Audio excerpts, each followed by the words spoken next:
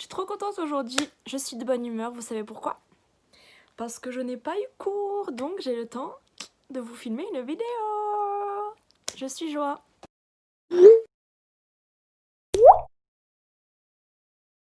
Hey tout le monde, j'espère que vous allez bien. Donc aujourd'hui, on se retrouve pour une nouvelle vidéo. Peut-être que je vais réussir à vous sortir 2 vidéos cette semaine. Waouh, c'est une première. Aujourd'hui, on se retrouve pour parler de mes favoris, pas du mois, mais carrément de cette année, parce que je sais qu'on a passé vraiment une année pourrie, voilà, faut se le dire, pour rester poli. Donc plutôt que de parler des points négatifs de cette année, puisqu'il y en a quand même pas mal, je voulais quand même relever les points positifs et tout ce qui m'a apporté du baume au cœur durant cette année et tout ce qui m'a permis de survivre à cette année qui a été pour nous tous insurmontable. Et ce n'est pas fini d'ailleurs, ce n'est que le début. Mais bon, aujourd'hui on est là pour parler du positif, de tout ce que j'ai aimé cette année, que ce soit en film, en série, en chanson, tout ce qui m'a rendue heureuse cette année. Donc n'hésitez pas aussi vous à faire la liste de ce qui vous a rendu heureux ou ce que vous avez aimé cette année. Il est quand même important de voir le positif. Donc j'ai préféré parler des choses positives plutôt que de parler du corona qui nous pourrit tous la vie. Voilà. Je voulais d'abord parler de quelque chose cette année. Ça me permet aussi de faire un récapitulatif de cette année 2020 qui a été chaotique, mais pas que. Parce que le début, ça a quand même bien commencé 2020, parce que ça a commencé par quelque chose que j'ai adoré et que je n'oublierai jamais, parce que c'était le meilleur jour de ma vie. Le 29 janvier 2020, oui, le jour de mes 20 ans. Donc je voulais mettre ma soirée de mes 20 ans dans ses favoris, parce qu'il est quand même important de préciser qu'on n'en a pas eu beaucoup cette année des soirées, mais celle-ci quand même reste la meilleure de mon année 2020. Mes 20 ans, c'était vraiment pépito, pépito. Donc ça c'est mon premier favori de cette année. Mon deuxième favori c'est ma guitare Musa que j'ai retrouvée. Ça m'a fait du bien de reprendre la guitare. Ça m'a fait réaliser que la musique c'est essentiel pour moi. Je peux pas vivre sans musique. Donc voilà ma petite Musa. Ce qui m'a été indispensable aussi cette année c'est le café. Ça a été une grande découverte pour moi parce que je détestais le café. Et en fait un jour, c'était cet été, j'ai fait une nuit blanche. Et en fait, le lendemain, je devais travailler, donc j'étais KO. J'ai récupéré, genre, on rentrait d'un mariage, j'ai dormi de 18h jusqu'à 22h. Et après, j'ai redormi jusqu'à 22h, jusqu'à 10h. Mais c'était horrible, j'arrivais pas à récupérer. Pourtant, j'avais juste fait une soirée, hein, une nuit blanche à un mariage. Et j'arrivais pas à récupérer, donc je me suis dit, bon, foutu pour foutu, je vais essayer le café. J'ai essayé, au début, je trouvais ça dégueu. Puis après, j'ai essayé de mettre du lait, du sucre. Puis je me suis dit, bon, ça va, c'est pas mauvais, mais bon, ça me requinque un petit peu, c'était peut-être psychologique aussi, mais bon, je me suis dit, bon, ça me redonne déjà un petit peu de force, quoi.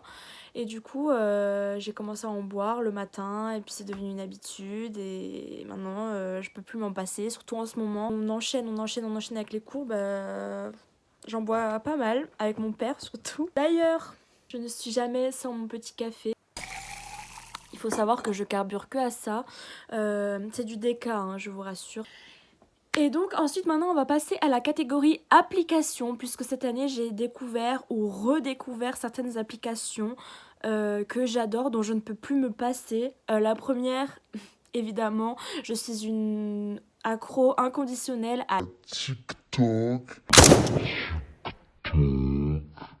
Cette année, vraiment, ça a été la révélation, surtout au premier confinement, tout le monde faisait des TikTok. Et je me suis dit, je faisais partie de ces gens qui se disaient « Oui, non, jamais, je m'inscrirai sur TikTok, c'est fait pour les 2004, c'est pas pour moi et tout. »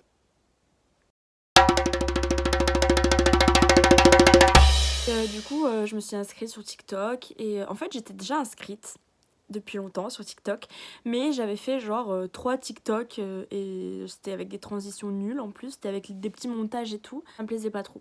Puis après l'année dernière, en mars, j'ai commencé à m'y intéresser vraiment et tout, puis je me suis dit en fait c'est pas mal, hein, et puis ça me donne envie de, voilà, ça nous permet de mettre à profit notre créativité, et puis en plus il y a vraiment de tout, donc on peut se retrouver un petit peu dans tout sur TikTok, en fait il y a vraiment de tout, même dans les TikTok les plus sombres.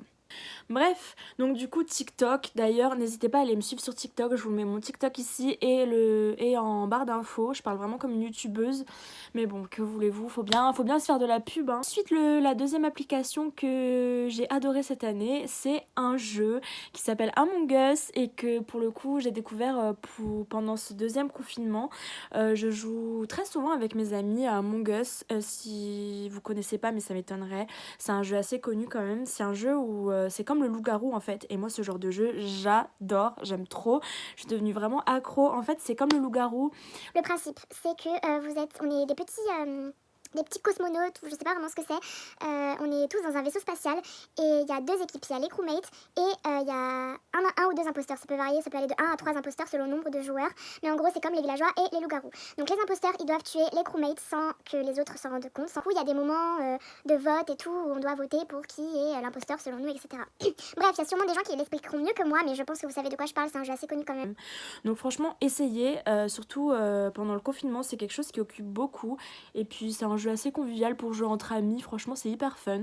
Donc je vous conseille.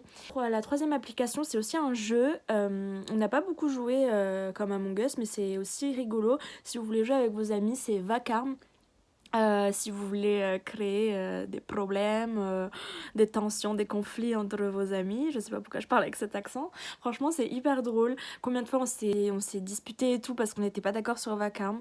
En gros, c'est des questions, c'est des sondages entre guillemets, et vous avez deux personnes, par exemple deux de vos potes ou un de vos potes et vous. Et par exemple, la question, ça va être qui des deux est le plus apte à avoir un crush, par exemple. Et donc vous allez devoir voter pour la personne que vous pensez la plus susceptible d'avoir un crush. Bref, je sais pas si c'est français ce que je dis, mais vous avez compris.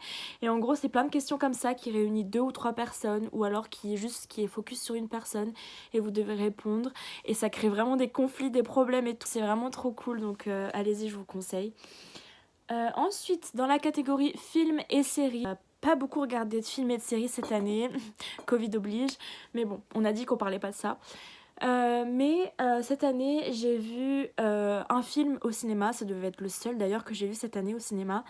Un film qui m'a vraiment scotché, vraiment ce film m'a scotché, c'est Antebellum, voilà.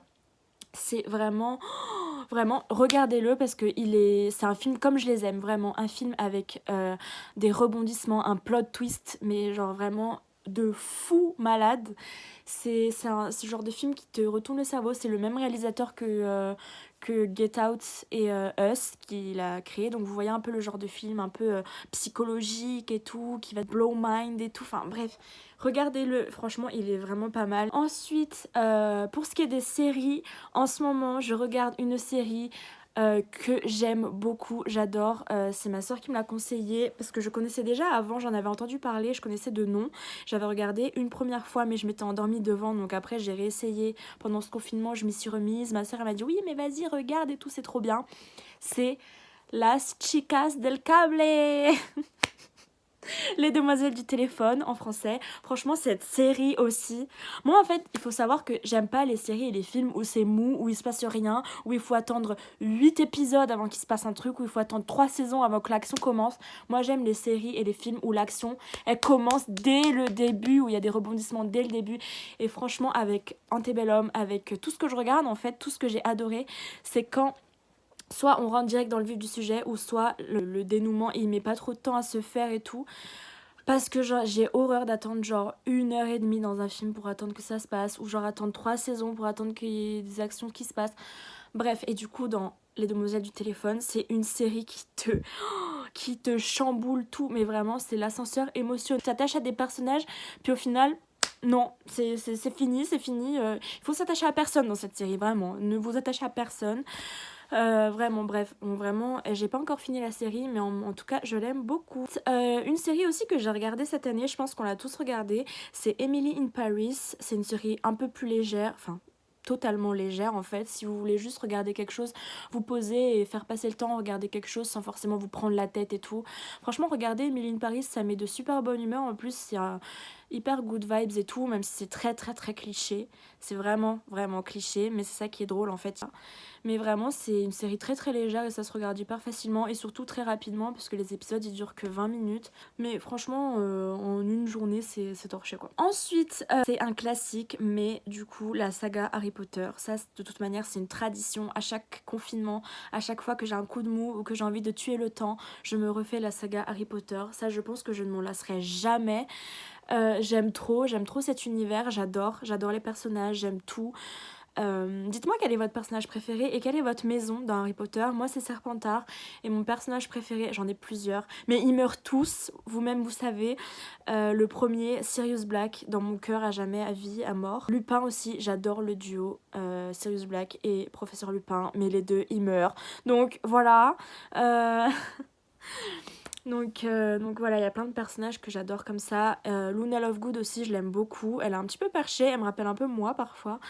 Je suis sûre que c'était une elle, ça se voit, c'est une littéraire. Ensuite, dans les chansons, cette année, j'ai beaucoup aimé Fever de Angèle et Dua Lipa. Évidemment, je ne pouvais pas ne pas parler de mes deux chanteuses préférées, de mes deux queens. Angèle, je l'adore. Je suis allée voir son concert, d'ailleurs c'était le premier concert que j'ai fait de ma vie. Je suis allée voir Angèle, je vous avais fait une vidéo.